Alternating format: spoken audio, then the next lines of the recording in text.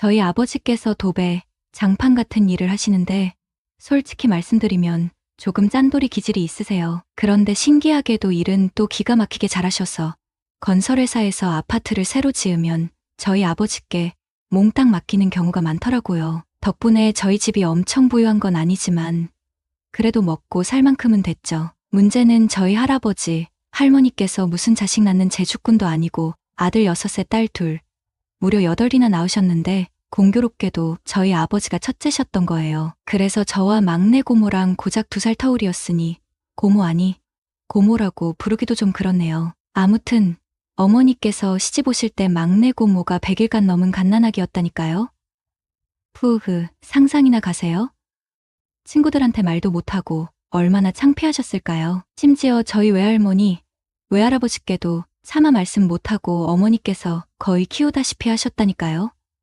지금 생각하면 정말 웃음밖에 안 나와요. 그리고 제가 고등학교 3학년 때였는데 제가 그때 정말 죽기 살기로 공부만 했었거든요. 수능 망치면 제 인생도 끝장이라는 생각에 온통 신경이 곤두서 있었죠. 그런데 하필 그때 그 왼수 같은 고모가 저희 집에 얹혀 살게 된 거예요. 재수해서 저희 동네 대학교에 오게 됐는데 어머니께서 기숙사비 아깝다고 저희 집에 살게 하셨다는 거 있죠. 아, 정말 환장을 노릇 아니겠어요? 그래도 뭐 나름대로 제 수발도 들어주고 해서 꾹 참고 있었는데 이게 또 가관이었어요. 고등학교 동창이랑 맨날 붙어 다녔는데 그 친구 이름이 미정이었나? 아무튼 그 친구가 저보고 자기는 저희 고모 친구니까 자기도 고모라고 부르라는 거예요. 제가 그때 정말 어이가 없어서 야, 너 미쳤니? 내가 너보다 겨우 2살 어린데 무슨 고모야. 이러면서 엄청 싸웠잖아요. 저희 어머니께서 그 모습을 가만히 보고 계시다가 얘야, 친구 엄마도 엄마라고 부르는 거야. 고모 친구도 고모인 거지. 어서 미정이 고모라고 불러 하시는 거예요. 저는 속으로 아니 무슨 이런 경우가 다 있어 싶었지만 어머니 말씀을 거역할 수는 없잖아요. 그래서 마지못해 미정 고모하고 불렀죠. 순간 미정이 고모 얼굴에 화색이 도는 것 같더라고요. 그런데 말이죠. 그 이후로 미정이 고모가 저를 대하는 태도가 완전히 달라진 거 있죠? 우리 집 올 때마다 수험생은 몸이 재산이야. 너무 무리하지 말고 쉬엄쉬엄해 하면서 음료수며 바카스 같은 걸 사다 주는 건 기본이고 제가 공부하다 지쳐 보이면 머리도 쓰다듬어 주면서 힘내 하고 응원도 해주고 아유 진짜 고모 같았다니까요. 그런데 그럴 때마다 미정이 고모에게서 풍겨져 나오는 그 은은한 향수 냄새 뭐랄까 굉장히 성숙하고 매혹적인 향기였는데 그게 자꾸 저를 묘하게 자극하는 거예요. 미정이 고모가 집에 돌아가고 나면 참을 수 없는 갈증 같은 게 느껴지더라고요. 그럴 때마다 저는 그러니까 이런 말씀 드리기 좀 부끄럽지만 혼자만의 시간을 가질 수밖에 없었어요. 미정이 고모를 떠올리면서 특히 미정이 고모의 가슴이 제 팔에 스치기라도 하는 날에는 그 짜릿함이라나 이런 말씀 드리면 안 되지만 언제쯤 나도 여자친구를 사귀어서 저런 감촉을 느껴볼 수 있을까 하는 생각도 들고 하니 이게 아니라 그러니까 아무튼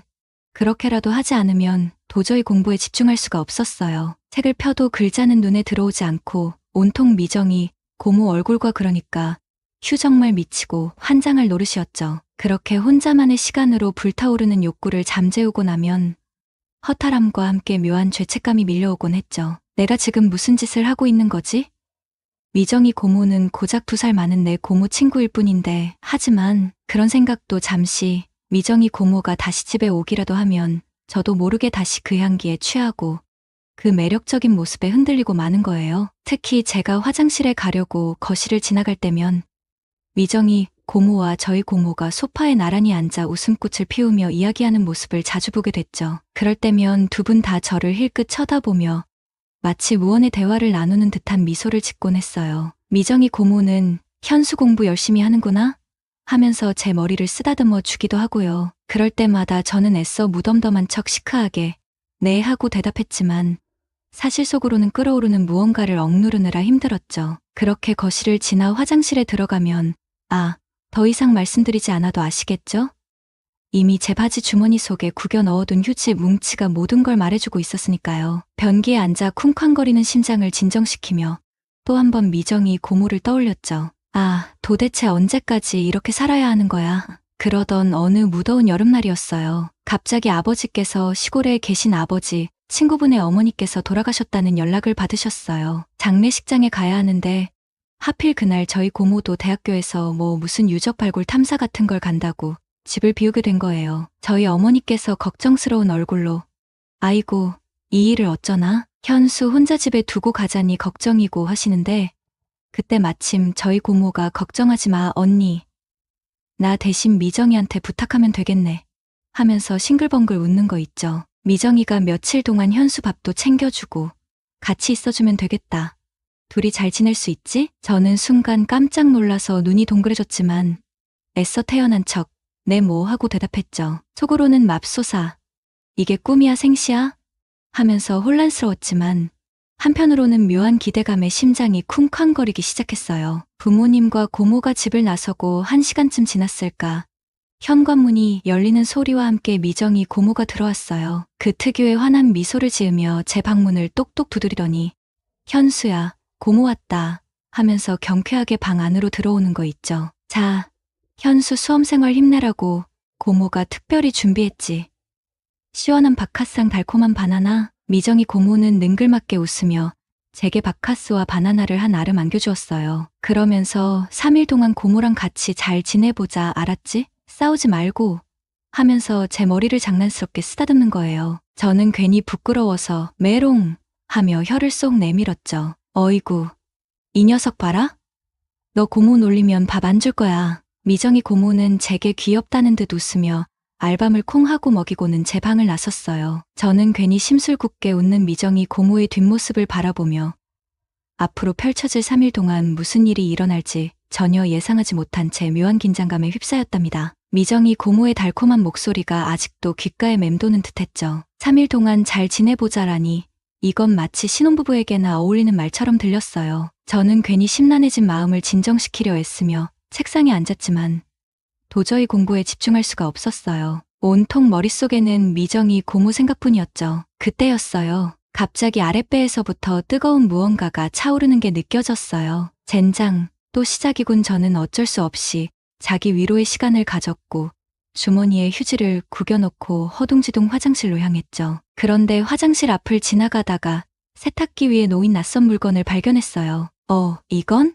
분명 저희 어머니나 고모의 것은 아닌 여성스러운 레이스가 달린 속옷이었어요. 저도 모르게 손을 뻗어 그것을 집어들었죠. 순간 코끝으로 은은하면서도 묘하게 자극적인 향기가 스쳐 지나갔어요. 미정이 고모에게서 나던 바로 그 향수 냄새였죠. 설마 이거 미정이 고모 것인가? 희미하게 땀 냄새와 함께 아직 온기가 남아 있었어요. 젠장, 미치겠네. 저는 도저히 참을 수가 없었어요. 주머니에 구겨 넣었던 휴지를 꺼내 던져버리고 미정이 고모의 것을 바지 주머니 속에 쑤셔 넣었죠. 그리고는 태연한 척 제 방으로 돌아왔어요. 방문을 잠그고 미정이 고모의 것을 꺼내 든 저는 떨리는 손으로 얼굴에 묻고 깊게 숨을 들이켰어요. 미정이 고모의 채취가 고스란히 느껴지는 것 같았죠. 미정이 고모. 저는 이성을 잃고 제 소중이에 가져다 대고 말았어요. 안 돼, 이러면 안 돼. 머릿속으로는 수없이 되뇌었지만 제 몸은 이미 제어할 수 없는 상태였죠. 바로 그때였어요. 갑자기 방문이 벌컥 열리면서 현수야. 내 펜하고 미정이 고모가 방 안으로 들어온 거예요. 저는 비명을 지르며 황급히 손에 들고 있던 것을 뒤로 숨겼지만 이미 모든 걸 들켜버린 뒤였죠. 미정이 고모는 그 자리에 굳어버린 듯 멍하니 저를 바라보았어요. 저 역시 부끄러움과 당황스러움에 어쩔 줄 몰라 그저 멍하니 미정이 고모를 마주 볼 수밖에 없었죠. 시간이 멈춘 듯 정적이 흘렀어요. 얼마나 시간이 지났을까? 미정이 고모의 얼굴이 서서히 붓게 달아오르기 시작했어요. 현수, 너 이 나쁜 아이구나. 미정이 고모는 그렇게 소리치고는 황급히 방문을 닫고 나가버렸어요. 저는 쿵 하고 닫히는 문소리에 그제야 정신이 번쩍 들었죠. 망했다, 이제 어떡하지? 저는 차마 미정이 고모를 볼 낯이 없었어요. 방바닥에 힘없이 떨어진 그것을 주워들고 침대 위에 던져놓은 후 저는 책상에 엎드려 어떻게 수습해야 할지 머리를 쥐어뜯었죠. 하지만 곧 저녁 식사 시간이 다가왔고 미정이 고모는 현수야, 밥 먹어 하고 저를 불렀어요. 저는 차마 미정이 고모의 얼굴을 볼 면목이 없어 대답 없이 그저 엎드려 있었죠. 잠시 후 다시 방문이 열리는 소리가 들렸어요. 이번에는 미정이 고모가 직접 제 방으로 들어온 거였죠. 저는 잔뜩 긴장한 채 숨죽이고 있었어요. 현수야, 왜 그래? 미정이 고모는 걱정스러운 목소리로 말하며 엎드려 있는 제 등 뒤로 다가와 저를 꼭 껴안았어요. 그리고는 제 귀에 속삭이듯 나지막한 목소리로 말했죠. 현수, 너도 남자였구나. 순간 저는 온몸에 전율이 흘렀어요. 미정이 고모의 따뜻한 체온과 숨결이 그대로 느껴졌죠. 자, 어서 일어나. 밥 먹자. 미정이 고모는 저를 부드럽게 일으켜 세웠어요. 저는 어쩔 수 없이 식탁에 마주 앉았지만 밥이 입으로 들어가는지 코로 들어가는지 알 수 없었어요. 온통 머릿속에는 아까 전의 일과 미정이 고모의 의미심장한 말만 맴돌았죠. 현수야, 왜 그렇게 밥을 안 먹니? 미정이 고모는 걱정스러운 듯 저를 바라보았어요. 저는 겨우 용기를 내어 미정이 고모의 눈을 마주 보았죠. 하지만 차마 무슨 말을 해야 할 줄 몰라 다시 고개를 떨구고 말았어요. 그러자 미정이 고모가 제 손을 잡고 말했어요. 현수야, 나 쳐다봐. 어서.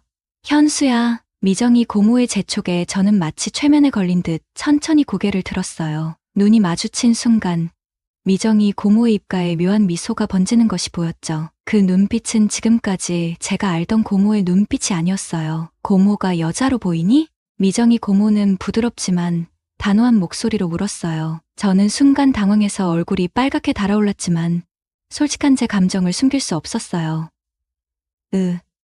저는 작은 목소리로 대답하고는 부끄러움에 고개를 숙였어요. 정말로 여자로 보여? 미정이 고모는 다시 한번 물었고 저는 확신에 찬 목소리로 대답했어요.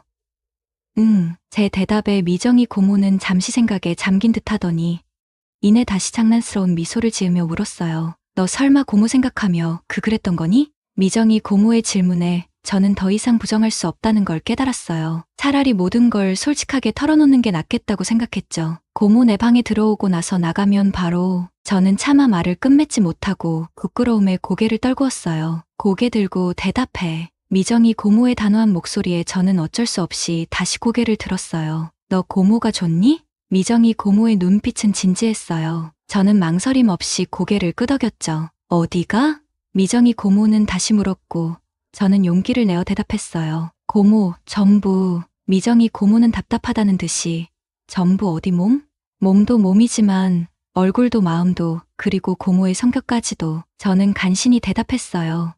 정말? 미정이 고모는 다시 한번 확인하듯 물었고 저는 힘겹게 고개를 끄덕였어요. 그러자 미정이 고모는 자리에서 일어나 제 옆으로 와 앉더니 나지막한 목소리로 물었어요. 지금 가장 무엇이 하고 싶니? 저는 고개를 숙이고 얼굴을 붉히며 떨리는 목소리로 대답했어요. 고모 거기. 저는 차마 말을 끝맺지 못하고 목소리가 점점 작아졌어요. 미정이 고모는 한동안 말없이 생각에 잠긴 듯 하더니 이내 제 손을 잡아 자신의 위에 올려놓았어요. 그리고는 제 손등을 힘주어 누르며 말했죠. 만져 단.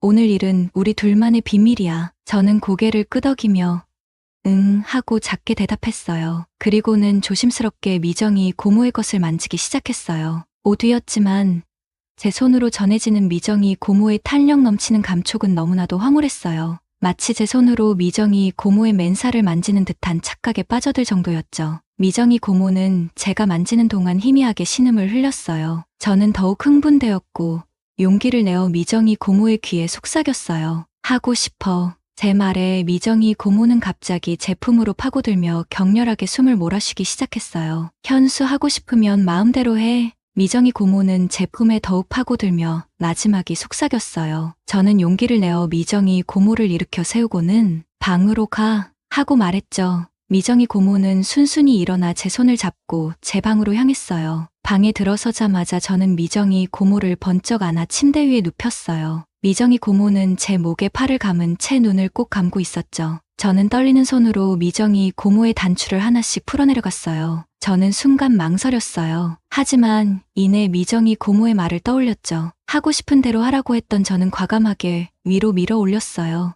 미정이 고모는 제 머리와 손등을 꽉 움켜쥐며 몸을 부르르 떨었어요. 하지만 여전히 눈은 꼭 감은 채 참으려 애쓰는 모습이었죠. 저는 미정이 고모의 반응에 더욱 흥분되었어요. 저는 조심스럽게 손을 미정이 고모의 바지 쪽으로 가져갔어요. 현수야 거기는? 저는 결국 참았던 무엇인가 터뜨리고 말았어요. 넌 넣지는 마. 미정이 고모는 당황하며 만류했지만 이미 흥분해 눈이 먼 저는 멈출 수가 없었어요. 저는 미정이 고모의 말을 무시하고 뜨겁게 달아오른 제 것을 그대로 미정이 고모의 꽃잎 사이에 가져다 댔어요. 그리고는 망설임 없이 힘껏 밀어 넣었죠. 넌 넣지는 말라고 했잖아. 미정이 고모는 저를 힘껏 끌어안으며 애원했지만 이미 깊숙이 들어간 제 것은 멈출 수 없었어요. 오히려 미정이 고모의 말과는 달리 뜨겁고 좁은 통로가 제 것을 조여오는 느낌이 너무 좋았어요. 우리는 그렇게 하나로 이어졌습니다. 우리는 잠시 쉬면서 고모에 대해 궁금한 것을 물어봤어요. 고모 누구랑 첫 경험했어? 저는 미정이 고모의 눈을 바라보며 장난스럽게 물었어요. 그런 거 묻지 마. 미정이 고모는 부끄러운 듯 고개를 돌렸지만 저는 멈추지 않고 다시 물었죠. 어서 이야기해줘. 여기 처음 와서 자취했던 집 아저씨. 미정이 고모는 눈을 감고 마지못해 대답했어요. 정말 어떻게? 강제로? 저는 미정이 고모의 말을 듣고 순간적으로 멈칫하며 물었어요. 처음에는 미정이 고모는 머뭇거리며 말끝을 흐렸어요. 저는 미정이 고모의 대답이 궁금해 다시 물었죠. 그럼 나중에는? 내가 요구했어. 미정이 고모는 부끄러운 듯 고개를 돌리며 작은 목소리로 대답했어요. 저는 믿을 수 없다는 듯 다시 물었죠. 요즘도? 미정이 고모는 고개를 가로저으며 말했어요. 주인 아줌마에게 들키고는 쫓겨났어. 저는 미정이 고모의 말에 더욱 호기심이 생겼어요. 쫓겨나고는? 뭘? 미정이 고모가 되묻자 저는 말했어요. 이거 말이야 자기 위로. 현수 너무 짓궂어. 미정이 고모는 눈을 흘기며 말했어요. 바나나나 작은 가지로. 미정이 고모는 차마 부끄러워 말을 잇지 못했어요. 고모 앞으로는 내 거 마음대로 사용해. 미정이 고모는 환하게 웃으며 제 목에 팔을 감았어요. 현수 일찍 알았으면 현수에게 처녀를 주었을 텐데. 미정이 고모는 갑자기 후회 섞인 목소리로 말했어요. 지금도 좋아 고모. 저는 미정이 고모의 말에 웃으며 대답했어요. 이제 고모는 현수 여자야. 저는 미정이 고모의 눈을 깊숙이 바라보며 말했어요. 하지만 현수야, 우리 비밀 지켜야 해. 너희 고모랑 남들에게 절대로 들키면 안 돼. 응, 약속할게 고모. 저는 미정이 고모의 말에 진심을 담아 대답했어요. 현수야 사랑해. 미정이 고모는 제 목을 끌어안고 나지막이 속삭였어요. 나도 고모 사랑해. 저는 미정이 고모의 머리칼에 입을 맞추며 대답했어요. 피곤하지? 얼른 자자. 미정이 고모는 아무 일도 없었다는 듯 웃으며 제 손을 잡고 침대로 향했어요. 그날 밤 저와 미정이 고모는 밤새도록 몇 번이나 기억조차 나지 않을 정도였죠. 저는 햇살에 눈이 부셔 잠에서 깨어났어요. 미정이 고모는 제 옆에서 곤히 잠들어 있었어요. 저는 미정이 고모의 머리칼을 조심스럽게 쓰다듬으며 욕실로 향했어요. 그런데 세수를 하려고 거울을 본 순간 저는 비명을 지를 뻔했어요. 제 코에서 쌍코피가 흘러내리고 있었기 때문이죠. 현수야, 무슨 일이야? 미정이 고모가 놀란 얼굴로 욕실로 달려왔어요. 괜찮아 고모. 저는 어지간히 놀란 미정이 고모를 안심시키려 애써 웃어 보였어요. 현수야, 우리 어젯밤에 너무 무리했나 봐. 앞으로는 조금만 하자. 미정이 고모는 걱정스러운 표정으로 말했어요. 조금만? 저는 미정이 고모의 말에 속으로 웃음을 삼켰어요. 이제 시작인데? 현수야, 아침부터. 미정이 고모는 힘이 빠진 듯 제 어깨에 기대어 숨을 골랐어요. 하지만 저는 아직 만족할 수 없었죠. 고모 한 번 더. 저는 미정이 고모의 귀에 속삭였어요. 현수,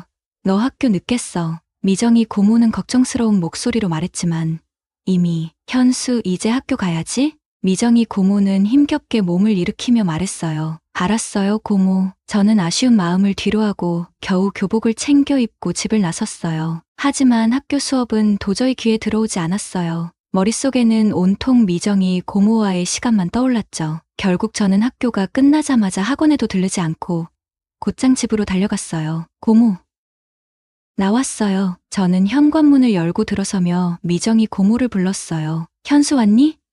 어서 와. 미정이 고모는 한바구음을 지으며 저를 반겼어요. 저는 미정이 고모를 품에 안고 격렬하게 입을 맞추었죠. 보고 싶었어요 고모. 나도 현수. 그리고 그날 저녁 저와 미정이 고모는 다시 한번 뜨거운 밤을 보냈어요. 하지만 저는 단순히 육체적인 쾌락만을 쫓는 것이 아니었어요. 저는 미정이 고모를 진심으로 사랑했고 미정이 고모 역시 저의 마음을 알고 있었죠. 어느덧 고모와 엄마 아빠가 오시고 우리는 다시 일상으로 돌아갔습니다. 그 후로 미정이 고모가 대학을 졸업하고 다른 도시로 취업이 되어 갈 때까지 우리는 수시로 즐겼는데 요즘도 휴가만 되면 제가 찾아가 고모의 자취방에서 고모가 퇴근하자마자 뒹굴고 또 고모가 제가 사는 도시에 오면 온종일 여관방에 틀어박혀 뒹굴기만 했답니다. 그리고 이번 여름 휴가 때 저는 미정이 고모를 만나러 갔어요. 오랜만에 만난 미정이 고모는 전보다 더 아름다워져 있었어요. 하지만 미정이 고모의 얼굴에는 그늘이 드리워져 있었죠. 고모 무슨 일 있어? 저는 미정이 고모의 낯빛을 살피며 조심스럽게 물었어요.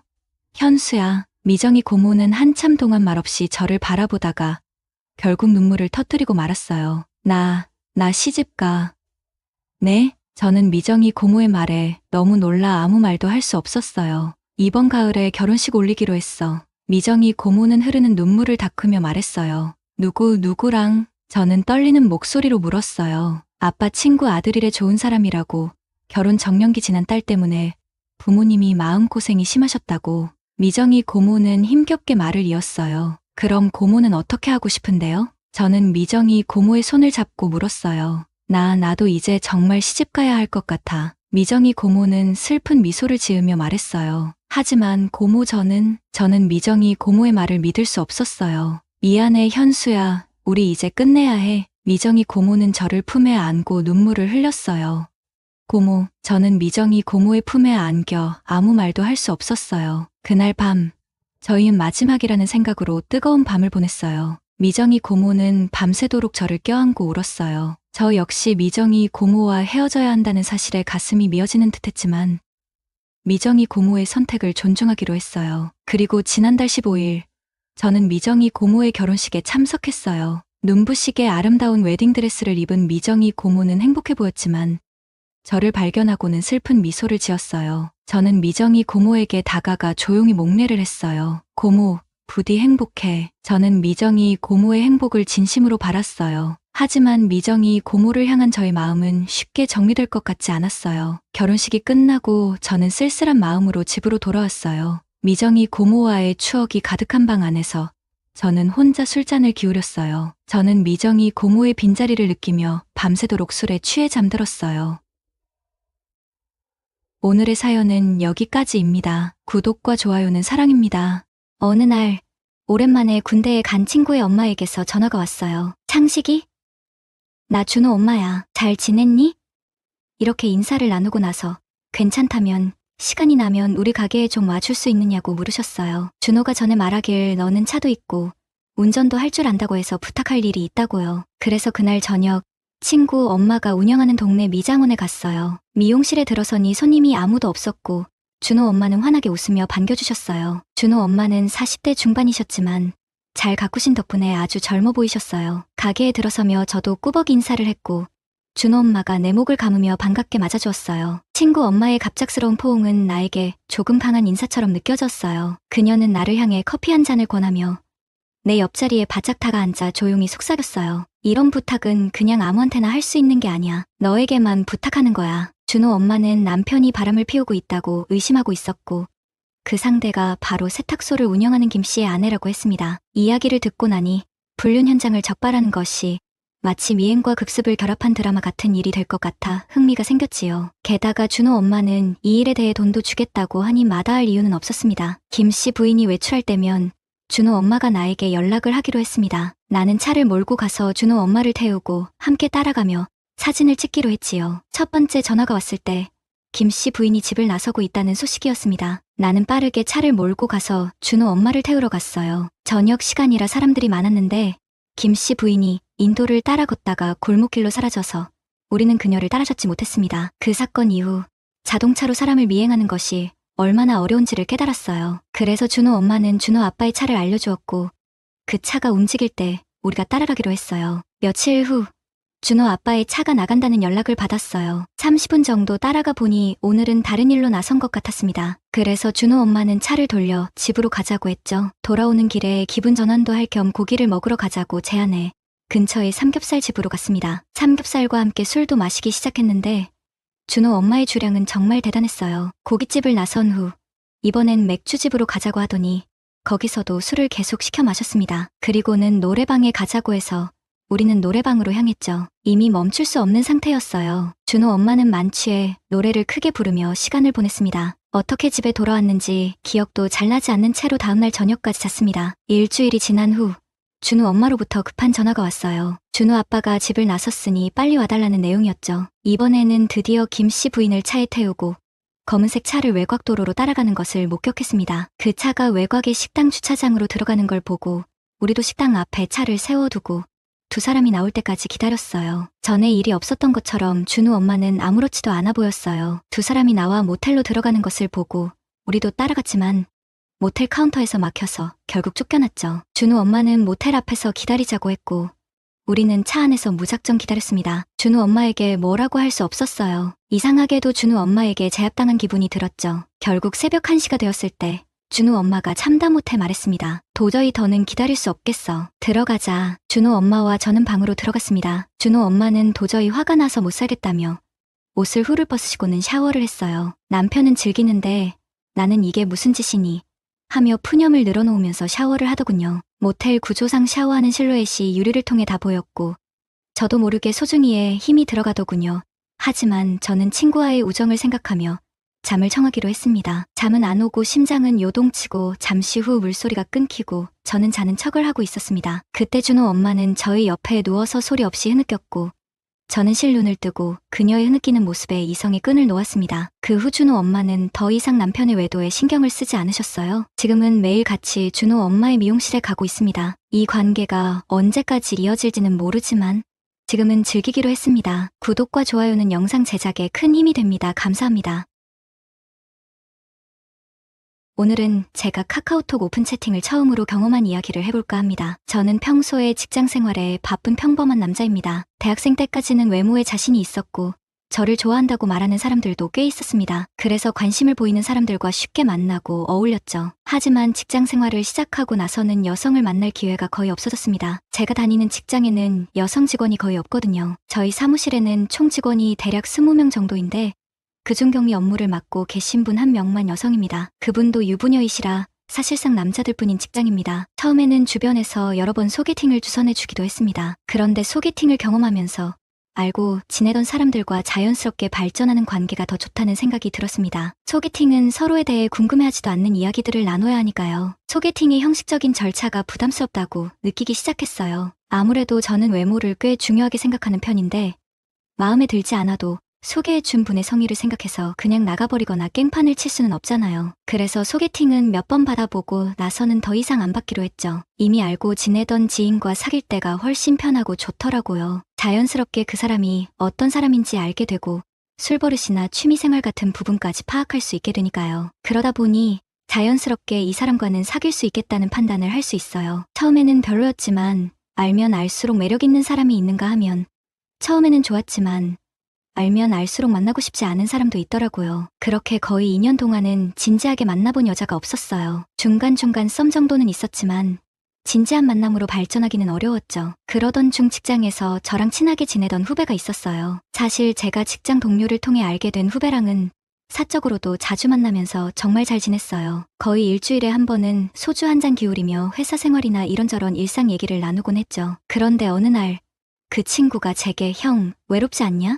고 물어보더군요. 저는 그냥 적응해서 괜찮다고 대답했는데 그 친구가 카카오톡 오픈 채팅을 한번 해보라고 추천해줬어요. 사실 저는 오픈 채팅이나 그런 종류의 앱에 전혀 관심이 없었고 방법도 몰랐어요. 제게는 여자친구를 만날 필요성을 느끼지 못했으니까요. 하지만 그 친구는 그냥 가볍게 술 친구를 만드는 정도로 생각하고 시도해보라고 했어요. 자기도 오픈 채팅으로 연락하는 여자애가 있어서 가끔 만나서 술도 마시고 재밌게 지낸다고 하더라고요. 그래서 저는 일단 알겠다고는 했지만 사실은 별로 관심이 없었어요. 제가 아까 말씀드렸듯이 자연스러운 만남을 추구하는 편이라서 처음 보는 사람들과 어떻게 만날 수 있을지 의구심이 컸거든요. 그날 저녁 후배와 짧은 술자리를 하고 집에 돌아왔어요. 시간은 9시 정도였고 저녁 겸 반주를 마셨기 때문에 그리 늦지 않았죠. 집에 도착하자마자 샤워를 하고 침대에 누워서 휴대폰을 만지작거렸어요. 인스타그램도 들어가 보고 매일 보던 영상들이 오늘따라 질리게 느껴졌어요. 술을 그리 잘 마시는 편이 아닌데 그날은 좀 과음했음에도 불구하고 정신이 맑았어요. 가끔 이런 날이 있어요. 많이 마셔도 취하지 않는 날 말이죠. 잠은 오지 않고 그저 휴대폰만 들여다보고 있었어요. 그러다가 그 친구가 말했던 오픈 채팅이 생각났어요. 오픈 채팅 한번 해볼까? 어차피 바로 얼굴 보는 것도 아닌데 싶어서 심심풀이로 방을 만들어 봤어요. 하지만 아무도 안 들어왔죠. 10분이 지나도 아무 반응이 없어서 혹시 제가 뭔가 잘못 만들었나 싶어서 다시 방을 만들었어요. 또 다시 10분이 지났습니다. 마찬가지로 아무도 안 들어오더라고요. 그러면 그렇지 하면서 그냥 휴대폰 화면을 끄고 눈을 감았는데 저도 모르게 잠이 들었더군요. 자는 와중에 뭔가 카톡 소리가 들립니다. 그 소리에 잠이 깨서 휴대폰을 확인해 봤더니 금방 오픈 채팅으로 연락이 온 겁니다. 시간을 확인해 보니 12시가 좀 안 된 시간이었어요. 맞춰보고 대뜸 술 마시는 중이냐고 술 사달라고 이렇게 왔는데 집이라고 답장했습니다. 그랬더니 만나서 술이나 한잔하자는 겁니다. 안 마실 거면 다른 사람 찾을 거라며 빨리 답장 달라길래 저도 모르게 알겠다고 해버렸고 후다닥 나갈 준비를 했죠. 준비를 하면서 만날 장소를 정하고 그 장소에 나가보니 여자가 한 명이 서 있습니다. 저 여자인 것 같아서 가봤더니 저를 보자마자 하는 말이 완전 아재는 아니라서 다행이네. 그리고 뭐 먹죠? 저 21살인데 제가 더 어리죠. 오빠라고 부를게요. 라면서 쉴 새 없이 얘기하는 겁니다. 저희가 첫 만남에서 그 친구는 정말 말이 많았어요. 만나자마자 혼자서 엄청나게 말을 해대며 분위기를 끌고 가더니 어느새 술집에 앉아 있었어요. 배가 고프다며 치킨을 먹자고 제안했죠. 치킨집에 들어가서는 주문도 혼자서 척척 해내고 처음 만난 저와 전혀 어색하지 않게 계속해서 이야기를 풀어놓았습니다. 저는 그런 모습이 오히려 마음에 들었어요. 보통 여성분들을 소개받을 때는 대화가 제 질문에 대한 답변 형식으로만 진행되어 약간 답답한 느낌을 받곤 했는데 이 친구는 제가 말을 하지 않아도 스스로 이야기를 풀어내는 거예요. 비록 만난 지 얼마 되지 않았지만 이 친구로부터 느껴지는 에너지가 너무나도 긍정적이고 밝아서 만나길 잘했다는 생각이 들었습니다. 그렇게 치킨을 먹으며 술자리가 시작되었는데 다른 건 하나도 안 물어봤는데 이 친구가 왜 이런 자리에 나왔는지 궁금해졌어요. 평소에도 친구들이 많고 인기가 많을 것 같은데다 얼굴도 예쁘장해서요. 그 친구가 말하기를 그냥 심심해서 시작했다고 해요. 말했던 대로 친구들도 많고 매일 연락 오는 사람들도 많다고 하는데 어느 순간부터 모르게 답답함을 느꼈다고 하네요. 여러 사람들을 만나면서 보여주는 자신의 모습이 진짜 자신인지 아니면 그들이 원하는 모습을 보여주기 위해 애쓰고 있는 건 아닌지 고민하기 시작했다고 해요. 그래서 아예 자신을 모르는 사람과의 만남에서는 그 사람이 자신에게 바라는 모습이 없을 것 같다는 생각이 들었다고 합니다. 그래서 이런 생각을 하면서 저에게 대화를 건 것도 큰 용기였다고 말했어요. 그 말을 듣고 나니 무슨 의미인지 이해가 갔어요. 우리는 학교든 직장이든 심지어 가족 앞에서도 어느 정도 가면을 쓴다고 할 수 있죠. 이렇게 어린 친구도 그런 부분을 느끼고 있다는 사실이 조금 놀랍기도 했어요. 그 친구가 또래보다 훨씬 성숙한 느낌을 주기 시작하면서 저도 마음이 가기 시작했죠. 이렇게 대화를 나누며 술잔을 기울이는 시간이었습니다. 새벽 2시가 다 되어서 집에 가야 하지 않겠냐고 제안했을 때 이 친구는 오늘 처음으로 오픈 채팅을 해봤고 앞으로는 다시 하지 않을 거라고 말했습니다. 제 번호도 모른다면서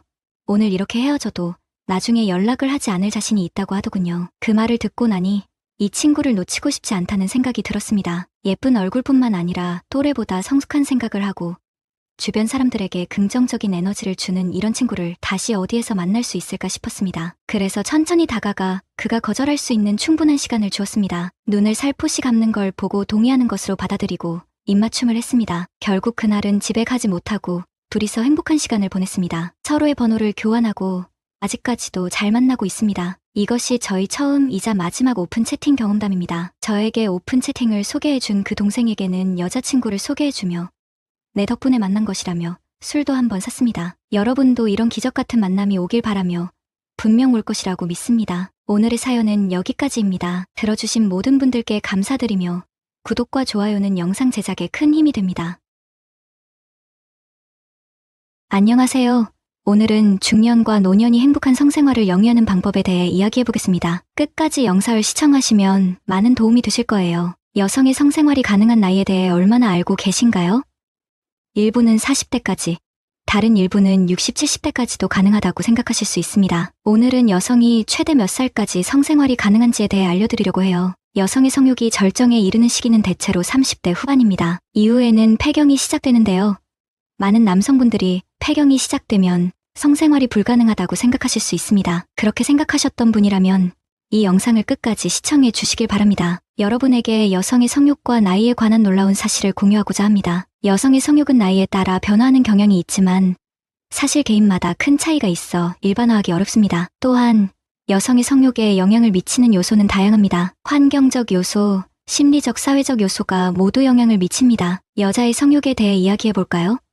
사실 10대와 20대 때 성욕이 거의 없다고 느끼는 여성들도 상당수 있어요. 이는 개인의 경험이나 부정적인 기억 때문일 수도 있죠. 하지만 30대가 되면서 많은 여성들이 결혼을 하거나 안정된 파트너와의 관계를 갖게 되고 이로 인해 더 큰 만족감과 충족감을 느끼기 시작합니다. 40대와 50대에 접어들면 여성은 생리적 변화인 폐경기를 맞이하게 되는데 이 시기에는 생식기관의 기능이 감소하고 호르몬 수준의 변동이 생겨 성욕에 변화가 올 수 있습니다. 그렇지만 성욕이 완전히 사라지는 것은 아니에요. 실제로 어떤 대학에서 폐경기 여성을 대상으로 성에 대한 관심도에 관한 설문조사를 진행했는데요. 응답한 여성들 중 무려 69%가 성욕이 오히려 증가했다고 답했다고 합니다. 이러한 결과를 보면 폐경기 여성의 성욕 감소와 성관계 빈도의 급격한 감소가 꼭 폐경 때문만은 아니라는 것을 알 수 있어요. 폐경 이후의 성생활에 대한 이야기를 더 해볼까 합니다. 성생활을 기피하는 주된 이유 중 하나는 그곳이 말라 생기는 통증에서 오는 불편함이나 월경이 끝나며 여성으로서의 역할이 마무리됐다고 느끼는 정서적, 정신적 문제 때문일 수 있습니다. 하지만 성적 욕구 자체는 여전히 존재합니다. 우리 사회에는 나이가 들어 성생활을 하는 것을 부끄러워하거나 폐경이 되면 성적 관계를 완전히 멈춰야 한다고 생각하는 경향이 있지만 실제로는 그렇지 않습니다. 오후에 한산한 시간대에 모텔 입구를 지켜보면 60대 이상의 커플이 종종 드나드는 모습을 볼 수 있어요. 이들이 부부인지는 확실치 않지만 이는 우리나라를 포함한 동북아시아에서 유교 사상의 영향으로 중년 이후의 성에 대해 보수적인 태도를 가지고 있는 것과 대비됩니다. 유럽에서는 나이에 상관없이 죽기 전까지 삶을 즐기려는 태도가 더 흔합니다. 물론 나이가 들면서 남성의 경우 신체적인 변화로 인해 성생활이 어려워질 수 있지만 여성의 경우는 이론적으로 무한히 즐길 수 있습니다. 폐경기가 되면 여성의 몸에서 에스트로겐 분비가 줄어들어서 그곳이 건조해지고 이로 인해 성관계 시 통증을 느끼거나 상처가 생길 수 있습니다. 이런 이유로 자연스럽게 성관계를 피하게 되는 경우가 많죠. 생물학적 관점에서 보면 이는 번식 가능한 시기와 관련된 자연스러운 과정입니다. 성생활의 본래 목적이 번식에 있기 때문에 그 기능이 시간이 지나면서 저하되면 몸이 따라주지 않게 되는 것이죠. 그럼에도 불구하고 성욕이라는 것은 다른 관점으로 봐야 합니다. 예를 들어 미국에서는 성공한 70대 이상의 여성들이 자신보다 훨씬 젊은 남성들과의 관계를 자랑스럽게 여기는 경우도 있습니다. 실제로 미국의 유명한 디자이너 한 분은 74세의 나이에 자신보다 36살이나 어린 남성과 사귀었는데요. 이런 사례는 단순히 경제적인 이유 때문이 아니라 사실 70대 이상의 여성들도 성욕을 느끼고 성적 욕구가 있음을 보여줍니다. 우리나라의 성연구센터 조사에 따르면 70대 이상의 어르신들 중 일주일에 한 번 이상 성생활을 즐기는 분들이 31.3%, 2번 이상은 41%에 달한다고 해요. 생각보다 많은 중년 및 노년층이 성에 대해 개방적인 태도를 가지고 즐기고 있는 것으로 나타났죠. 이제는 성욕 앞에서 나이란 거의 없다고 볼 수 있겠네요. 요즘은 대부분의 사람들이 몸 관리를 잘하기 때문에 예전과 같은 나이로는 평균 수명을 따질 수 없게 되었어요. 말하자면 남녀를 불문하고 현재의 성욕은 거의 무한대라고 볼 수 있겠죠. 건강한 현대인의 생활이 성생활에도 긍정적인 영향을 미치면서 성생활의 욕구와 질 또한 높아지고 있어요. 남성들은 매일같이 본능적인 욕구를 느끼며 생활하고 명확한 사정이라는 마무리가 있죠. 하지만 폐경 이후 여성들은 조금 다른 관점을 가지고 있어요. 미국의 한 대학 연구에 따르면 50대 이상 여성 3,000명을 대상으로 한 설문조사 결과 중년 여성들은 잠자리에서 상대방과의 정서적 교감을 육체적 쾌락보다 35% 중요하게 여긴다고 합니다. 노년이 되면서 여성들은 마음의 만족을 더욱 중요시하게 됩니다. 반면 남성들은 오랜 시간 함께한 아내에 대한 새로움의 부재로 성적 흥미도가 떨어질 수 있어요. 같은 장소, 같은 사람과의 반복된 행위는 일상의 무료함으로 여겨질 수 있죠. 이런 남성의 태도에 여성들은 서운함을 느끼며 적극적으로 다가가기 어려운 상황에 처하게 됩니다. 그렇지만 이것이 여성들이 성관계를 싫어한다는 의미는 아니에요. 나이가 들면서 성욕이 줄어드는 것은 자연스러운 현상입니다. 20대와 30대의 절정기에 비해 성욕의 감소와 함께 쾌감도 줄어들죠. 특히 중년에 이르러 남성은 발기력이 약해지고 여성은 자신의 매력이 사라졌다고 여겨 자신감을 잃게 되며 성생활로부터 멀어질 수 있습니다. 하지만 활발한 성생활은 삶의 질을 향상시키는 다양한 장점을 가지고 있으므로 규칙적인 식사와 꾸준한 운동을 통해 건강을 관리하는 것이 중요해요. 중년 이후에도 활발한 외부 활동을 포함해 육체적, 정신적 안정을 유지한다면 건강하고 아름다운 사랑을 계속 나눌 수 있어요. 여러분에게 꿀팁 하나 드리자면 늘 같은 장소에서만 시간을 보내지 말고 여행을 통해 새로운 환경에서의 시간을 즐겨보세요. 장소를 바꾸는 것만으로도 새로운 자극을 받아 평소와는 다른 느낌을 경험하게 될 거예요. 우리의 뇌는 새로운 환경에 매우 민감하게 반응하기 때문에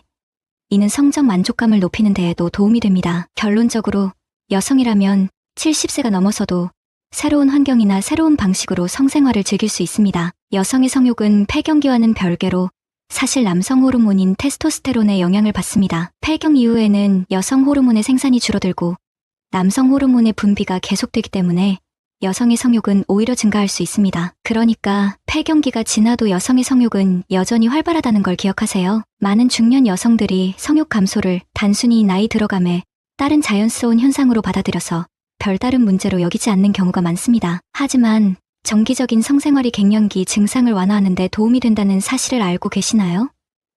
나이가 들었다고 해서 성생활을 할 수 없는 것이 아니라 단지 귀찮아서 하지 않는 경우가 많습니다. 남성들은 파트너인 아내가 항상 아름답다고 말해주고 더 많은 관심을 가져야 합니다. 폐경이 오거나 갱년기 증상으로 자신의 매력이 사라졌다고 느끼는 아내에게 따뜻한 말 한마디가 큰 힘이 됩니다. 새로운 장소에서 색다른 방식으로 시도해보는 것만으로도 즐거운 성생활을 유지할 수 있습니다. 오늘의 이야기는 여기까지입니다. 여러분 모두 사랑이 가득하고 행복한 날들을 보내시길 바랍니다. 특히 60대, 70대 분들에게 이 이야기가 많은 도움이 되었으면 좋겠습니다. 이 영상이 유익했다면 구독과 좋아요를 부탁드립니다. 감사합니다. 저는 26살 건강한 총각입니다. 이야기는 약 3년 전 군대 제대 후 일자리를 찾고 진로에 대해 고민하던 시기에 발생했습니다. 저는 고등학교를 졸업하고 조금 일찍 군대에 갔던 평범한 청년이에요. 당시 친구가 살고 있는 섬, 바로 추자도에 놀러 갔었습니다. 추자도는 상추자와 하추자로 나뉘는데 제 친구는 상추자 쪽에서 살고 있었죠. 그곳은 공기도 맑고 낚시를 좋아하는 사람들이 많이 찾는 아름다운 곳이었습니다. 저는 친구네 집에서 정말 평화롭고 편안한 시간을 보냈습니다. 친구와 함께 낚시를 하고 잡은 고기로 회를 먹으며 친구의 부모님께서 매일같이 신선한 재료로 정성스레 밥을 해주셨어요. 그렇게 5일 동안 정말 편안한 시간을 보내고 있었는데 사건이 일어난 날도 친구와 낚시를 하고 있었습니다. 저희는 방파제 위에서 낚시를 하고 있었어요. 그때 여성 두 분이 오토바이를 타고 저희 쪽으로 오는 걸 보았습니다. 한 분은 나이가 좀 있어 보였고 다른 한 분은 젊은 아가씨였습니다. 뭐 좀 잡히나요? 여성분이 물었을 때 우리가 잡은 건 고등어 몇 마리와 정갱이 몇 마리였습니다. 친구는 잡어들만 좀 잡히고 비싼 고기들은 안 잡히네요 라고 답했죠. 젊은 여성분은 호기심이 생겼는지 오토바이에서 내려 방파제로 올라왔습니다. 잡은 물고기 통을 보며 이거 고등어 아닌가요?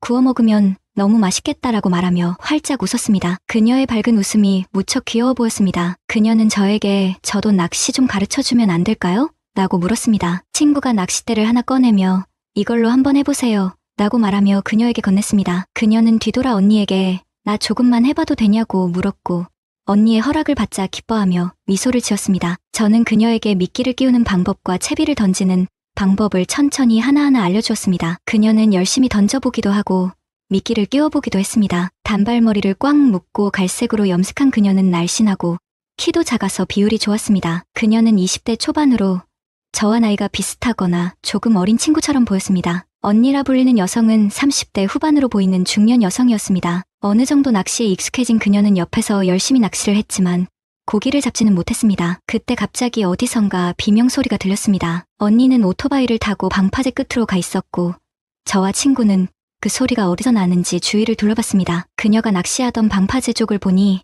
그녀의 모습이 보이지 않았습니다. 저는 낚싯대를 내려놓고 급히 그녀가 서 있던 자리로 달려갔습니다. 그런데 놀랍게도 그녀가 방파제 아래로 떨어져 있었습니다. 다행히 높지 않은 곳이라 손을 뻗으면 닿을 거리였습니다. 그녀는 고통스러운 듯 손을 뻗어 도움을 청했습니다. 그녀의 손을 잡고 방파제에서 끌어올릴 때 괜찮아요? 라고 몇 번이나 물었던 건지 기억도 나지 않아요. 그녀의 팔꿈치는 까져 있었고 몸 곳곳에 상처가 보였어요. 언니와 제 친구도 곧장 그녀의 곁으로 왔고 모두 걱정스러운 목소리로 병원에 가보자고 제안했습니다. 제가 추자도에 도착했을 때 렌트한 차로 그녀를 싣고 근처의 작은 병원으로 향했습니다. 병원에 도착해서는 엑스레이 검사도 하고 의사 선생님이 진찰을 한 끝에 다행히 큰 문제는 없다고 말씀해 주셨어요. 약간의 휴식과 약 처방을 받았고 저는 그녀를 집까지 데려다 주기로 했습니다. 차를 타고 가는 도중 그녀가 언니네 집에 놀러 온 거라고 하며 본가는 부산이라고 했어요. 그런데 흥미롭게도 그녀는 전혀 사투리를 사용하지 않더군요. 그녀를 집 앞에 내려주고 나서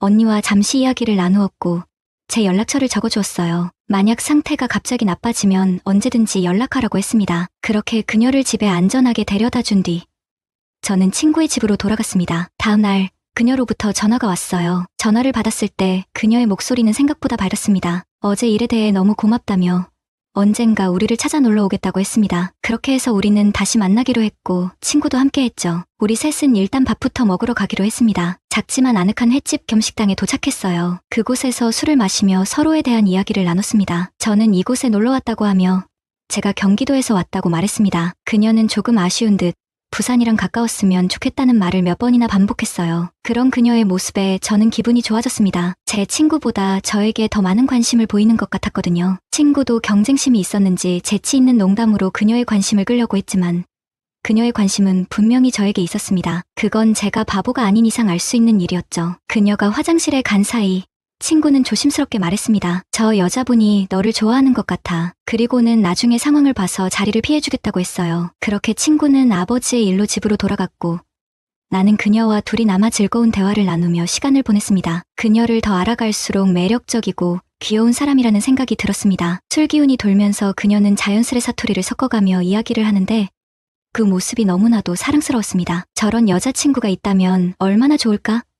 하고 생각했지만 우리 집이 서로 너무 멀어 실현 가능한 생각은 아니었다고 여겼습니다. 그런 걱정은 잠시 접어두고 그 순간에 충실하기로 마음먹었습니다. 시간이 조금 흐른 후 우리는 술집을 나와 그녀가 걷고 싶다고 해서 바다 방파제까지 걸어갔습니다. 먼 바다를 바라보며 아무 말 없이 서 있던 그 순간 해가 지고 밤이 깊어지면서 어디서 그런 자신감이 생겼는지 모르겠지만 나는 그녀를 오래도록 바라보다가 나도 모르게 그녀에게 입맞춤을 하고 말았습니다. 그날 밤 술기운 때문이었는지 서로의 존재만으로도 충분했습니다. 우리 사이에는 마치 불꽃 같은 열정이 피어올랐어요. 그 순간을 나눈 후 저는 그녀를 꼭 안고 우리 앞으로도 계속 만날 수 있을까? 라고 물었습니다. 그녀는 밝게 웃으며 당연하지라고 대답했습니다. 그렇게 우리는 한 달에 2번씩 서로를 오가는 장거리 연애를 시작했고 1년을 만났지만 결국은 길지 않아 헤어지게 되었습니다. 서로에 대한 사랑은 있었지만 떨어져 있는 시간이 많아지면서 점점 소홀해지는 것을 느꼈어요. 헤어진 후에도 그녀와 보낸 좋은 추억들은 가끔 제 마음속을 스쳐 지나갑니다. 한때 평범한 가정의 행복을 누리던 40대 가장인 저의 이야기입니다. 하지만 잊고 싶은 그날, 우리의 평화로운 일상은 무너지고 말았습니다. 아내는 아파트 신축 현장에서 사무직으로 일하고 있었습니다. 그러던 어느 날, 그녀가 일하던 건설 현장에서 참담한 사고가 발생했습니다. 건물이 갑작스레 붕괴되었고, 운이 없게도 화장실로 향하던 아내는 그 현장에서 깔리고 말았습니다. 그 소식을 듣고 회사에서 벗어나 현장으로 달려갔던 나는 아내가 무너진 잔해 아래 깔려있는 모습을 발견했습니다. 그녀를 부르짖었지만 제가 할 수 있는 것은 아무것도 없었습니다. 다행히 아내는 구조되었지만 오랜 시간 동안 뇌에 산소가 공급되지 못해 심각한 손상을 입었습니다. 생명이 위태롭다는 소식을 듣고 긴 수술 끝에 겨우 목숨은 구했지만 후유증으로 인해 뇌 기능의 대부분을 상실했습니다. 이로 인해 아내는 가족과 의사소통을 할 수 없게 되었고 평생 침대에 누워 오직 눈만 깜빡이는 상태로 지내야 했습니다. 이 사고는 우리 가족에게 극심한 슬픔과 절망을 안겨주었고 한때 누렸던 평범한 행복은 이제 영원히 돌아오지 않을 것입니다. 아내의 비극적인 사고 이후 가까운 곳에서 혼자 생활하시던 장모님은 자신의 하나뿐인 딸, 제 아내의 곁을 지키기 위해 매일 병원을 찾으셨습니다. 한순간에 전혀 다른 사람으로 변해버린 딸을 바라보며 장모님은 수없이 많은 눈물을 삼키셨죠. 저 역시 아내의 곁을 지키고 싶은 마음 굴뚝 같았지만 병원비와 생활비를 위해 일터로 향할 수밖에 없었습니다. 그럼에도 불구하고 장모님은 흔들림 없이 우리 가족을 돌보셨어요. 아침 일찍부터 우리 집을 방문해 아들을 어린이집에 데려다 주시고 병원을 찾아 아내를 보살피시며 저녁이면 다시 우리 집으로 돌아와 저와 아이의 저녁 식사까지 챙겨주셨습니다. 아내와 대화를 나누고 싶은 마음이 간절했지만 대신 저와 장모님은 많은 이야기를 나누곤 했습니다. 우리 희정이가 남편 떠나가고 울적할 때 많은 위로가 되어주었는데 이제는 아무 말도 할 수 없어 너무 외롭다. 장모님의 말씀이었습니다. 그때 저는 장모님께 답했습니다. 장모님, 제가 여기 있잖아요. 저를 아들처럼 여겨주시고 말씀도 편히 해주세요. 장모님은 그런 저를 향해 미소를 지으며 말씀하셨습니다. 아이고, 이서방, 그렇게 말해줘서 고마워. 이렇게 우리 가족은 서로를 의지하며 아픔을 딛고 일어서려 하고 있습니다. 제 아내의 아픔으로 인해 쓸쓸해지신 장모님을 위해 시간이 나는 대로 맛집 탐방이나 드라이브를 함께하며 장모님과의 시간을 소중히 보냈습니다. 매일 같이 얼굴을 마주하다 보니 사람과 사람 사이에 싹 트는 정이 점점 깊어져가는 것을 느낄 수 있었습니다. 어느덧 서로를 바라보기만 해도 웃음꽃이 피어나는 사이가 되었습니다. 그러던 어느 날 담당 의사 선생님께서 보호자의 동의를 얻어 아내를 퇴원시키고 집에서 돌볼 수 있다는 허락을 해주셨습니다. 주의사항을 자세히 안내받고 우리는 기쁜 마음으로 아내를 집으로 데려왔습니다. 아내가 완전히 정상으로 돌아온 것은 아니었지만 집에서 함께할 수 있다는 사실만으로도 큰 기쁨이었습니다. 아내의 호흡이 처음보다는 안정되었지만 아직 말은 할 수 없는 상태였습니다. 그럼에도 불구하고 저는 감사한 마음을 가졌습니다. 시간이 지나면서 아내가 어느 날 갑자기 일어날 수도 있다는 지푸라기라도 잡는 심정으로 가득 찬 희망을 품었습니다. 하지만 몇 달이 지나도 변함없이 아내는 누워만 있었고 저는 서서히 희망을 잃어가기 시작했습니다. 장모님은 제 우울한 마음을 달래주시기 위해 항상 곁에 계셨습니다. 어깨를 토닥여 주시며 힘내라는 말씀을 건네시고 매일같이 저를 찾아와 제가 좋아하는 음식으로 상을 차려주셨습니다. 또한 집안 청소까지 해주시며 저를 돌봐주셨죠. 우리는 서로의 고통을 이해하며 말없이 위안을 주려 애썼습니다. 어느 무더운 여름날이었습니다. 휴일이어서 집에 머물고 있었는데 아내가 침대에 누워 땀을 흘리고 있는 것을 보았습니다. 말로 표현하지는 못했지만 그녀가 얼마나 덥고 불편했을지 짐작할 수 있었습니다. 그녀의 불편함을 조금이나마 해소해주고자 장모님과 함께 아내를 화장실로 옮겨 목욕을 시켜주기로 했습니다. 아내는 몸이 가벼운 편이었지만 움직이지 못하는 사람을 안고 씻기는 일이 결코 쉽지 않았습니다. 큰 대야에 아내를 조심스럽게 앉히고 저는 아내를 받치며 장모님께서 바가지로 물을 뿌려가며 꼼꼼하게 씻겨주셨습니다. 그 과정에서 무더위 속에 장모님도 땀을 흘리시며 고생하셨습니다. 그날 장모님은 평소와 달리 짧은 바지에 축 늘어진 상의를 입고 계셨습니다. 그렇게 아내를 세심하게 씻겨주는 동안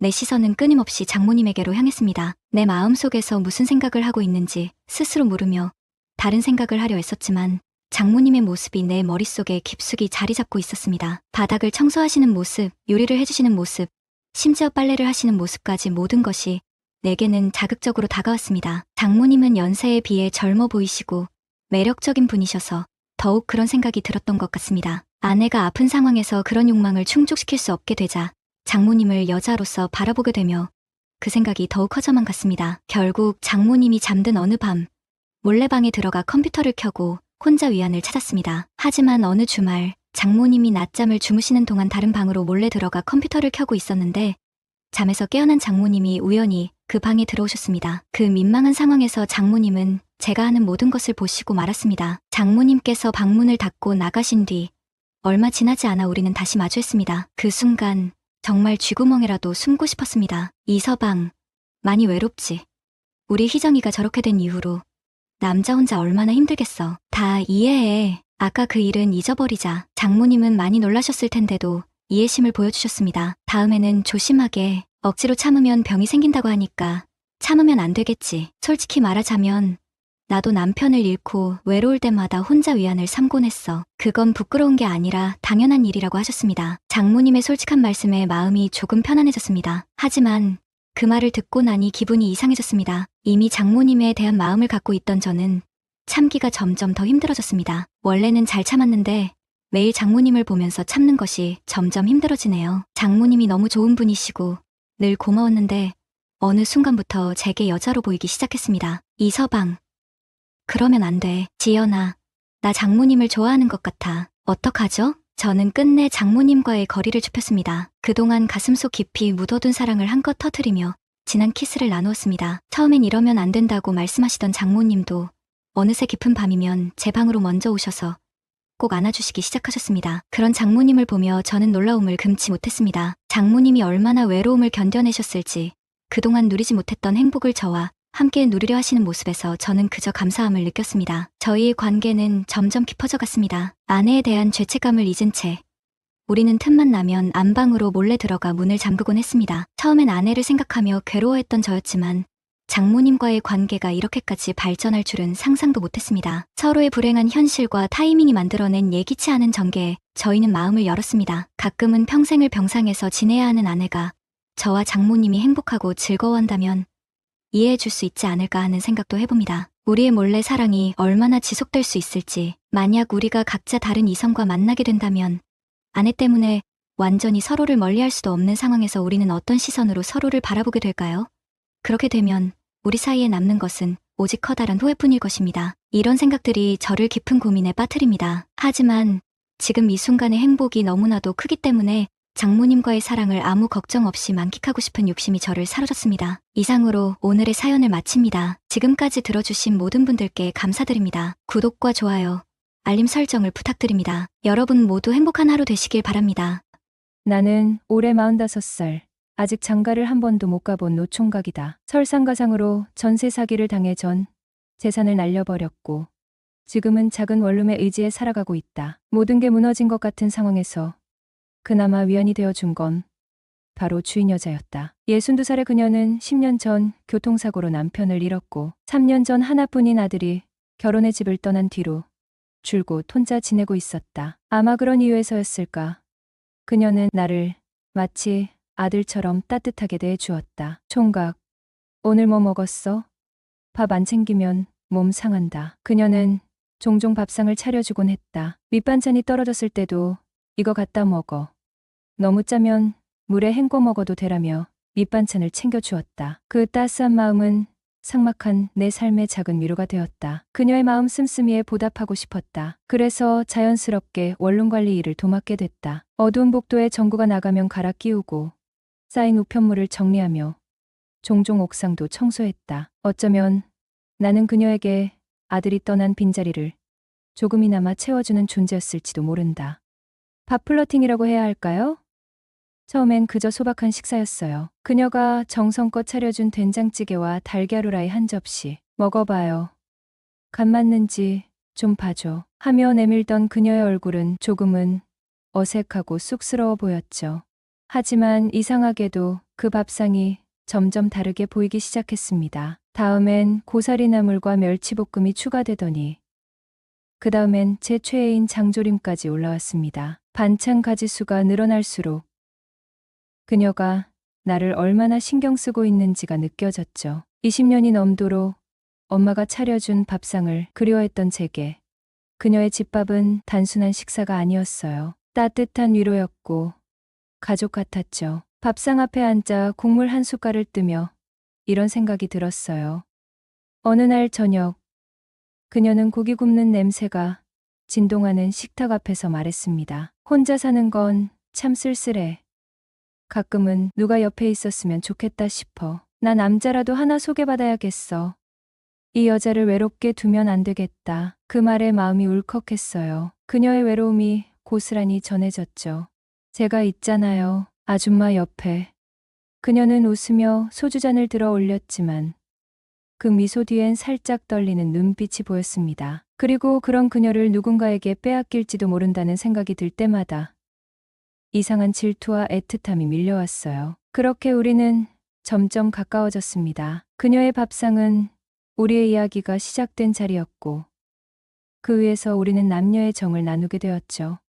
저녁 7시 낮잠을 실컷 자고 일어나니 배가 슬슬 고파왔다. 간단히 해결해야겠다는 생각에 편의점으로 향하던 중 1층 주차장에서 주인 여자와 딱 마주쳤다. 총각, 이 시간에 어디가? 출출해서 라면이라도 하나 먹으려고요. 그녀는 한숨을 쉬며 고개를 절레절레 흔들었다. 에그, 뭐하러 라면을 먹어? 차는 없어도 우리 집에서 나랑 같이 먹어. 그렇게 나는 예상치 못한 초대를 받아 그녀를 따라 4층 주인 집으로 올라갔다. 총각, 뭐 좋아해? 달걀 프라이 어때? 네, 좋아합니다. 제가 뭐 도와드릴까요? 괜찮아. 그냥 거실에 가 있어. 다 되면 부를게. 고맙다는 말을 남기고 거실에 앉았다. 30분쯤 지났을까. 그녀가 밥 먹자며 부르는 소리가 들렸다. 순간 나도 모르게 눈물이 주르륵 흘렀다. 어릴 적 엄마가 밥상을 차려놓고 구르던 그 따스한 기억이 아련하게 떠올랐기 때문이다. 얼른 눈물을 훔치고 밥상 앞으로 나갔다. 밥상 위엔 밥, 배추김치, 동치미, 달걀 프라이, 된장찌개가 전부였다. 조금 실망했지만 내색하지 않았다. 감사한 마음으로 2그릇이나 먹어 치웠다. 며칠 후 저녁을 먹고 TV를 보고 있던 중 주인 여자에게서 전화가 왔다. 총각, 옥상으로 좀 와줄래? 그녀의 목소리가 다급했다. 서둘러 옥상으로 올라가니 그녀가 계단에 주저앉아 있었다. 원피스를 입은 그녀는 계단에서 미끄러져 고관절, 골절상을 입고 움직이지 못하는 상태였다. 총각, 나 좀 집에 데려다 줘. 네, 걱정 마세요. 제가 있잖아요. 나는 그녀를 조심스레 업었다. 그러나 그 순간 상황은 이상하게 흘러가기 시작했다. 근데 옷부터 갈아입어야겠는데요? 내 옷이 어째서? 그제야 자신의 민망한 차림을 깨달은 그녀는 얼굴을 붉히며 작은 목소리로 말했다. 총각 앞에서 내가 주책이지. 괜찮습니다. 신경 쓰지 마세요. 그녀를 방으로 데려다 놓고 나오려는데 그녀가 나지막이 말했다. 총각, 잠깐만 들어와 줄래? 괜찮아. 들어와도 돼. 그 말에 나는 심호흡을 하고 방 안으로 들어섰다. 그녀는 긴 머리를 들어 올리며 한마디를 던졌다. 총각, 지퍼 좀 내려줄래? 순간 머릿속이 하얘졌다. 어떻게 해야 할지 몰라. 그 자리에 얼어붙어 있었다. 남자가 왜 이렇게 숫기가 없어? 이러다 감기 걸리겠네. 빨리 좀 내려줘. 네, 알겠습니다. 그날 이후 나는 주인 여자를 다른 눈으로 보기 시작했다. 그녀의 웃음소리, 손끝의 섬세함, 그리고 알 수 없는 그 따뜻함까지 모든 것이 자꾸만 신경 쓰이기 시작했다. 11월인데도 초겨울 날씨에 제법 쌀쌀해지기 시작하는 날이었다. 주말에 늦잠을 자다 주인 아줌마한테 전화가 왔는데 보일러가 이상하다는 것이었다. 온수가 갑자기 미지근하게 나온단다. 주인 집으로 올라가 보니 거실에 난방이 되는 걸로 봐선 보일러 문제는 아닌 듯 싶었다. 자세히 살펴보니 실내 온도 조절기에서 온수 온도를 실수로 낮춰놓은 것이었다. 주말에 쉬어야 되는데 괜히 나 때문에 고생해서 어쩐데. 미안해서. 아뇨, 괜찮아요. 여기 온도만 올리면 뜨거운 물 나올 거예요. 그럼 잠시 기다리는 동안 여기 와서 따뜻한 커피라도 한 잔 들어요. 그럴까요? 간만에 여자랑 둘이 소파에 나란히 앉아 있는데 한참 동안 연애를 못 해봐서인지 뭔가 긴장감이 감돌면서 괜히 몸에 힘이 들어간다. 잠시 동안에 어색함을 쫓으려고 그랬을까? 주인 여자는 여지껏 왜 혼자 살고 있느냐? 총각이냐? 호구조사가 이뤄졌다. 한번 파혼하고 나서 결혼을 포기했다. 주저리. 아줌마도 본인 얘기를 살짝 해주는데 10년 전쯤 남편이 교통사고로 죽고 예단이나 혼수입을 전문으로 하는 홈패션 전문점에서 일하며 홀로 지내고 있단다. 그러고 나오려는데 그녀가 붙잡는다. 고맙다면서 저녁 때 식사 대접을 하고 싶단다. 나는 됐다는데도 한사코 사양하는 것도 예의가 아닌 것 같아서 그럼 저녁 때 뵙겠다고 말씀드리고 내 방으로 돌아왔다. 저녁 약속한 시간에 그 집 초인종을 누른다. 네, 열려 있어요. 어서 들어와요. 뭐 차린 건 별로 없지만 맛있게 드세요. 전복 낙지, 한약재가 듬뿍 들어간 달백숙에 여러 가지 밑반찬으로 식탁을 꽉 채웠다. 이거 너무 진수성찬인데요. 아줌마는 커다란 닭다리를 떼어서 접시에 놓고 먹기 좋게 살점을 발라주신다. 사람이 나이 들면 더 잘 먹어야 돼. 많이 들어요. 아주머니도 좀 드세요. 나 신경 쓰지 말고 어서 들어요. 내가 닭다리를 한 입 베어 물자 그녀는 흐뭇한 표정으로 날 지켜보고 있다. 이런 집밥을 얼마 만에 먹는 건지 모르겠어요. 남자가 혼자 살면 다 그렇죠. 앞으로 집밥 생각나면 언제든지 와요. 정말요? 그럼 앞으로 원룸 관리는 제가 도맡아 하겠습니다. 에구, 그러려고 밥 먹으러 오란 소리 아니었는데. 아뇨, 세상에 공짜가 어딨습니까? 상부상조 해야죠. 상부상조? 그래요. 서로 돕고 살면 좋잖아요. 더군다나 서로 필요한 때 말이죠. 호호호, 서로 돕는 거 좋네. 그렇게 또 며칠이 흐르고 본격적인 겨울이 다가올 무렵 한방눈이 내리는 날이었다. 퇴근하고 동네 마트에 들러 이것저것 사고 있었다. 주인 여자도 장을 보러 나오셨는데 마주치게 되어 인사를 하게 된 것이다. 그리고 아줌마를 태우고 집까지 갔다. 집까진 10분 정도 거리였는데 차 타고 가면서 그동안 왜 연락 한 번 없었느냐? 혹시 자기가 부담스럽냐? 등등 물어보셨다. 그래서 내가 아줌마랑 계속 연락하고 지내면 찐으로 대형사고 칠 것 같아 일부러 피했다고 하니 혼자서 별 걱정을 다 한다면서 그러지 말고 이따가 자기 집으로 저녁 먹으러 오란다. 종종 집밥도 좀 먹고 그래야지. 라면만 먹으면 몸 상해라고 하시며 그래서 시간에 맞춰 4층 주인 집으로 향했다. 집안에서 이제 막 끓기 시작하는 김치찌개 냄새가 진동을 하고 그녀가 반갑게 맞아주었다. 김치찌개에 갓김치, 보쌈김치, 계란말이를 들고 오고 마지막에 밥까지. 그렇게 주인 여자와 둘만의 식사가 시작되었다. 총각은 사귀는 여자친구 없어? 없어요. 왜일까? 이렇게 듬직하고 잘생겼는데 호. 그래요? 그럼 아주머니가 여자친구 해주실래요? 장난반 진담반으로 대꾸하니까 이 아줌마 얼굴이 발그스레해지더니 눈빛을 반짝이며 다 늙어빠진 과부가 그럼 쓰나? 호호호. 서로 통하면 그만이지 나이 따위가 뭔 상관이에요. 요즘 연상연하 무지 많아요. 나한테야 총각이면 감지덕지지. 근데 총각한테 나는 좀 아니지 않아?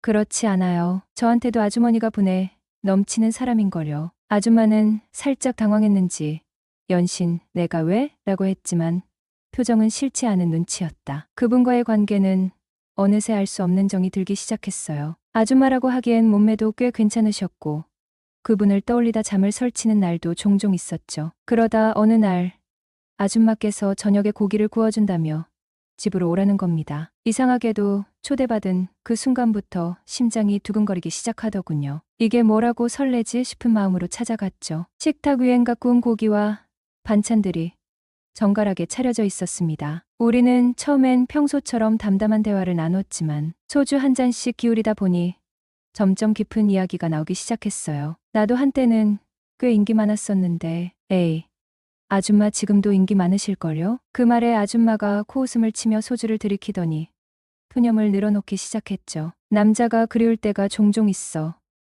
요즘엔 평생 이렇게 혼자 살아야 하는 건가 싶어. 요즘 따라 새삼 쓸쓸하네. 그 순간 이상하게 제 마음속에서 무언가 꿈틀댔습니다. 내가 이분의 외로움을 채워줄 순 없을까? 라는 생각이 들었죠. 아줌마, 아직도 충분히 예쁘고 매력적이세요. 좋은 사람 만날 수 있을 거예요. 하지만 그녀는 쓴웃음을 지으시며 고개를 저으셨죠. 이 나이에 무슨 연애야? 그냥 이렇게 사는 게 맞나 보다 싶어. 그 대답이 왠지 모르게 아쉬웠습니다. 그래서 저도 모르게 입 밖으로 튀어나온 말이 있었죠. 그럼 제가 아줌마 애인 할까요? 순간 고요했던 분위기가 흔들렸습니다. 그분은 소주잔을 내려놓으며 웃으셨죠. 정태 씨는 내 아들뻘이잖아. 무슨 애인이야? 그런데 저는 물러설 수 없었어요. 심장이 두근거리며 말했습니다. 저는 진심이에요. 아줌마만 괜찮다면 외로울 때 기댈 수 있는 친구가 되어 드릴 수 있어요. 그분의 눈이 커졌습니다. 놀란 듯한 표정으로 저를 바라보시더니 한참을 침묵하셨어요. 그 순간의 긴장감이란 저는 어쩌면 잘못된 말을 한 게 아닐까 후회하기 시작했죠. 그런데 그분이 조용히 입을 여셨습니다. 진짜 지금 진심으로 말하는 거야? 저는 더 단호하게 대답했어요. 우리 서로 돕고 기대면서 살아가면 좋지 않을까요? 아줌마는 잠시 고개를 숙이더니 말을 이어갔습니다. 너처럼 젊고 좋은 사람이 왜 나 같은 사람 옆에 있으려는지 이해가 안 가? 왜요? 아줌마는 충분히 매력적이세요. 그리고 전 아줌마가 좋거든요. 그 순간 아줌마는 갑자기 크게 웃더니 말했어요. 그럼 진짜 내가 너 애인처럼 굴어도 되는 거야?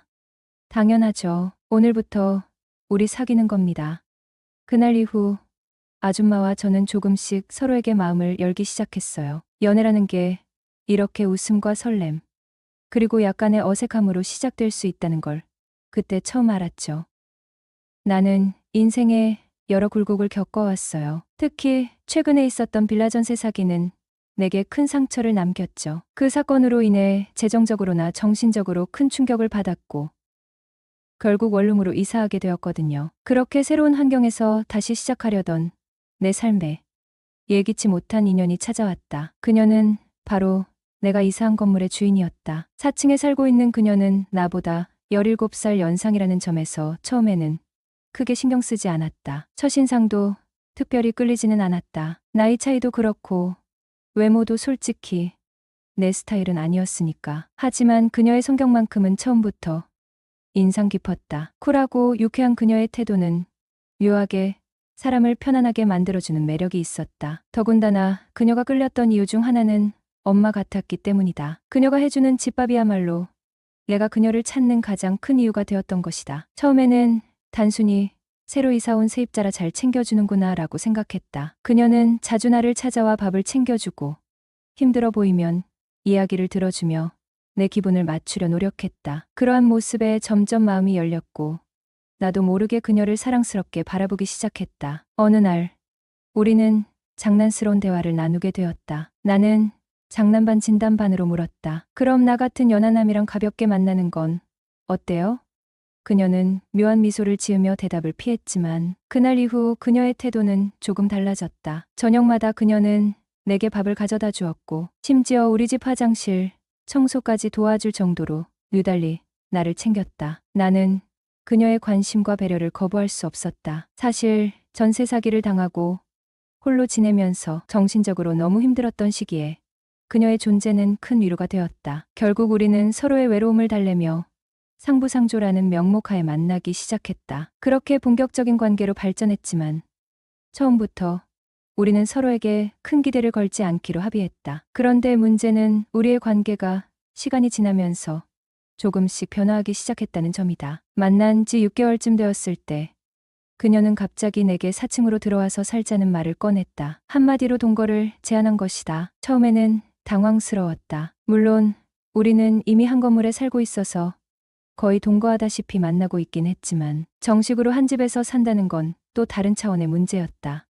그녀가 싫은 건 아니었기 때문이다. 하지만 현실적으로 생각해보면 나이 차가 너무 많이 난다는 점에서 망설여졌다. 그녀도 나도 이번 생에 마지막 연애라는 생각으로 시작한 관계이기에 더 신중하게 결정해야 한다고 느꼈다. 지금 우리의 관계는 묘하게 어정쩡한 상태에 놓여 있다. 그녀는 마치 우리가 정식으로 연애하는 사이인 것처럼 행동하지만 나는 여전히 상부상조라는 우리의 초기 합의를 떠올리며 스스로를 다잡고 있다. 나는 그녀에게 솔직하게 나의 생각을 전해야 할까? 아니면 이대로 자연스럽게 흘러가는 대로 두어야 할까? 그녀와의 관계가 나에게 주는 위안과 즐거움은 분명 크지만 미래를 생각하면 머리가 복잡해진다. 결국 나는 한 가지 결론에 이르렀다. 우리 사이에 분명한 합의가 없다면 관계는 점점 더 복잡해질 뿐이다. 나는 그녀와의 관계가 소중하기에 더 이상 어정쩡한 상태로 두고 싶지 않다. 그녀와의 인연을 소중히 여기며